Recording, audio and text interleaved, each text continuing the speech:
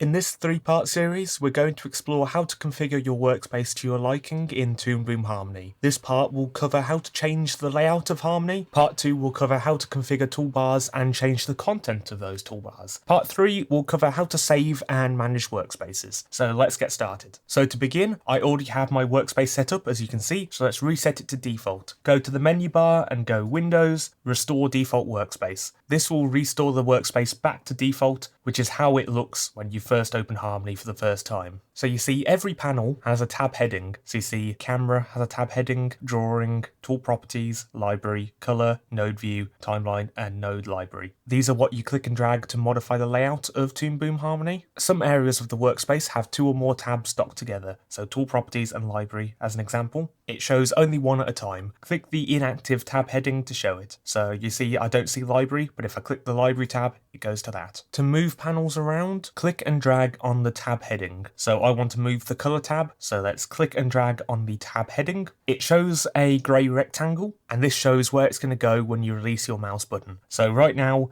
it's not near anything, and it shows this grey rectangle like this. If I let go, it creates a floating window that you can just drag and move. If I grab the tab heading again, if I move it towards another tab heading, so let's move it towards the node view, you see the grey rectangle overlaps the tab heading. When I release my mouse button, it will dock it within that tab. So let's do that again. If I drag the color tab and move it towards the tool properties and library tab headings, release my mouse button, and you see it docks it with those. Let's pull it back out again. If you move the panel towards the edge of another panel, if I move it towards the left of the camera and drawing view, you see the rectangle covers a big area and it'll dock to the left of the camera view. If I keep moving left, it will instead dock to the left of both the camera view and the timeline view. So let's dock it to the left of the camera view. You can resize panels by dragging this separator line in between panels.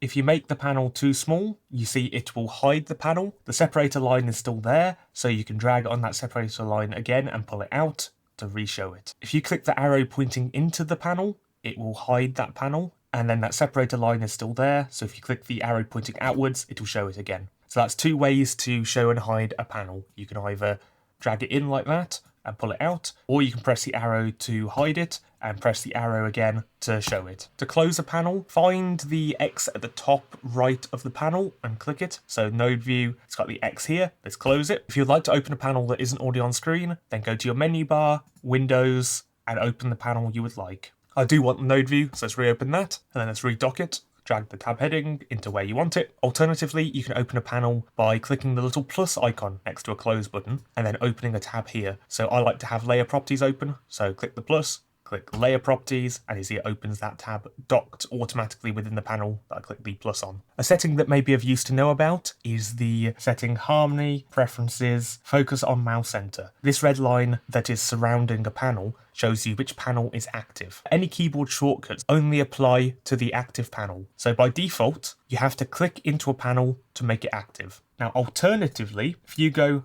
Harmony, Preferences, and enable that focus on mouse center option, you see as my mouse goes over a view, it sets that view as active. And that is how to lay out your workspace in Harmony. The next two videos will explain how to configure your toolbars and how to save and manage different workspaces for different animation purposes. Thank you for watching, and I'll see you in the next video.